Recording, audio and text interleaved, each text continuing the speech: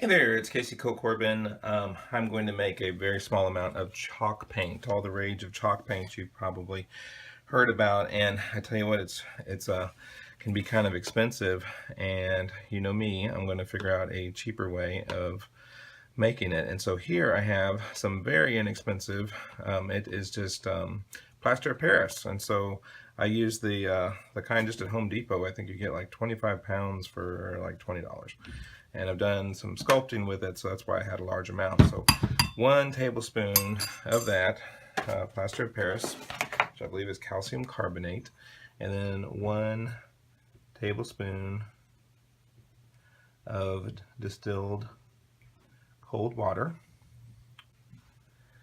and then we stir it until it's all incorporated. And in this little container that I have here, I have already put in 3 tablespoons of just latex paint. So it's just white house paint. So when you feel like you got it all stirred in together and it's incorporated nicely. And I tell you, I love this little spatula. I use it for paint. I don't like to waste a drop, and so it's just become, I of course do not use it for food anymore. But they're inexpensive. I really like this size. I like this shape that it has, because it kind of has a spoon, like you can kind of spoon some out in it. And it has worked very well for me for several times. So I'm just going to put it in there and utilize the rubber scraping capacity here. And then I'm going to stir that up. Let me get a stir stick. And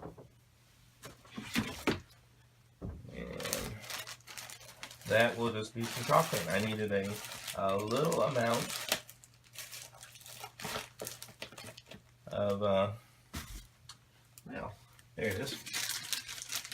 A little amount of chalk paint for a project, and I didn't want to go to one of these specialty stores and buy some white chalk paint. I might be tempted to buy some of those neat colors of chalk paint.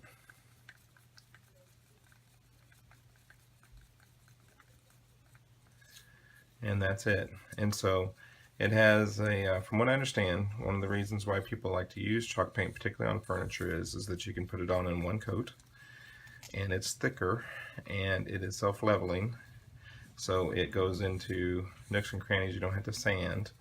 It covers over places that used to have maybe stickers or decals on an old dresser, and you can't even see them anymore. One of the downsides about chalk paint that I have heard, and maybe if you've heard differently, you can put into the comments, that it's you know, you have to wax it, you know, on furniture, and that wax wears off and you have to re-wax it. So it's kind of a, for the neat look, it's kind of a high maintenance item for the years to come. That's kind of amazing how it is the consistency that I like with pouring flow art. I don't think it would make good flow art because of the plaster of Paris in it. Anyway, so there I have a little amount. It's more than enough for me and what I need for my purposes for the plans that I have. And so there's a very inexpensive, literally didn't cost me a thing because I had all this stuff around, and a tablespoon of this and that. It's not going to go missing. So hope you enjoyed that.